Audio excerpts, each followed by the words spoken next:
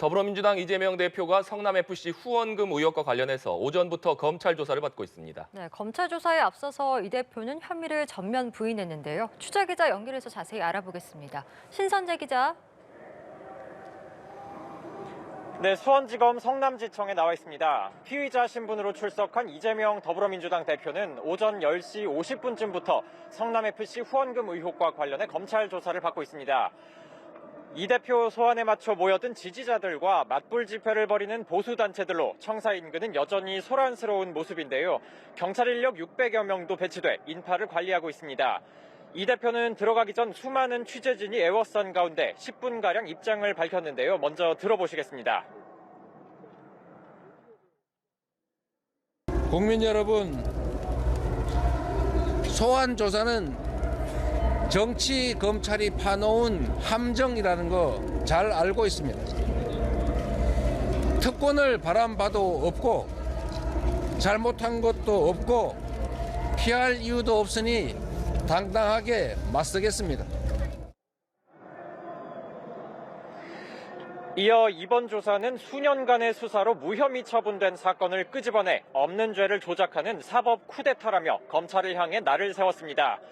이 대표의 검찰 출석 조사는 지난 2018년 친형 강제 입원 사건 뒤 4년여 만인데 지난 대선에 출마하며 불거진 의혹과 관해서는 처음입니다.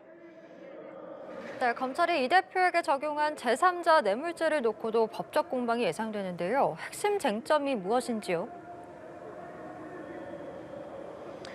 네, 이 대표는 성남시장이던 2014년에서 2016년 기업들의 각종 민원을 해결해주는 대가로 자신이 구단주로 있던 축구팀 성남FC에 후원금을 유치한 혐의를 받습니다. 두산건설, 네이버 등 기업들의 건축 인허가나 토지 용도 변경과 같은 편의를 봐주는 대신 제3자인 성남FC에 후원금 명목으로 160억여 원을 내도록 했다는 건데요. 검찰은 이 대표가 자신의 정치적 이익을 위해 청탁을 들어주고 후원금을 유치했다고 의심합니다. 검찰이 적용한 제3자 뇌물 제공 혐의는 공무원이나 중재인이 직무에 관해 부정한 청탁을 받고 제3자에게 뇌물을 주게 하거나 이를 요구 또는 약속했을 때 성립합니다. 이 대표가 개인적으로 돈을 챙긴 사실이 없어도 기업들이 성남FC에 준 돈과 청탁 사이 대가 관계가 있다면 적용될 수 있는 겁니다. 오늘 조사에서 검찰은 이 대표에 대한 부정한 청탁이 있었는지, 이 대표가 이를 알고 관여했는지 여부를 캐물을 것으로 보입니다. 검찰은 특히 성남시에 후원금 요구가 있었다는 기업 관계자 진술과 기업들이 시에 보낸 민원 공문 등을 주요 증거로 보고 있습니다. 이 대표는 기업들에 대한 각종 인허가 처분과 후원금 유치 모두 적법했다는 입장입니다.